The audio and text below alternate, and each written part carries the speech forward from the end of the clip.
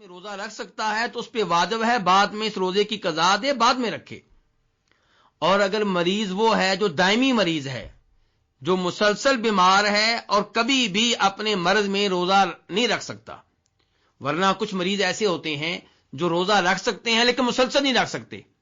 مثال کے طور پہ وہ ایک دن روزہ رکھتے ہیں اور ایک دن وہ ناگا کرنا ضروری ہوتا ہے، تو وہ 15 روزوں کی قضا بعد میں دے دیں۔ یا وہ ایک دن روزہ رکھتے ہیں، 2 دن آرام ضروری ہے، تو وہ 2 دن روزہ نہ رکھیں اور بعد میں قضا دے دیں۔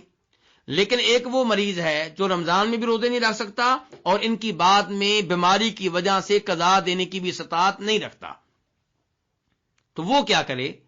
اس کے لیے پھر یہ ہے کہ وہ فدیہ دے دے، ہر روزے کے بدلے میں ایک مسکین کو کھانا کھلا دے۔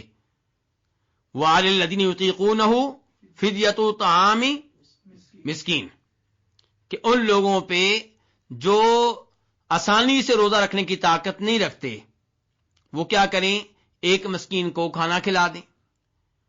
تو ایسے ہی کوئی بوڑھا ہے، ان کے بڑی عمر کا ہے اور عمر اتنی زیادہ ہے کہ اپنی بڑھاپے کی وجہ سے روزہ رکھنے کی طاقت نہ اب رکھتا ہے نہ آئندہ ایام میں، کوئی عورت ہے ایسی، تو پھر وہ ہر روزے کے بدلے میں وہ کیا کریں؟ فدیہ دے دیں۔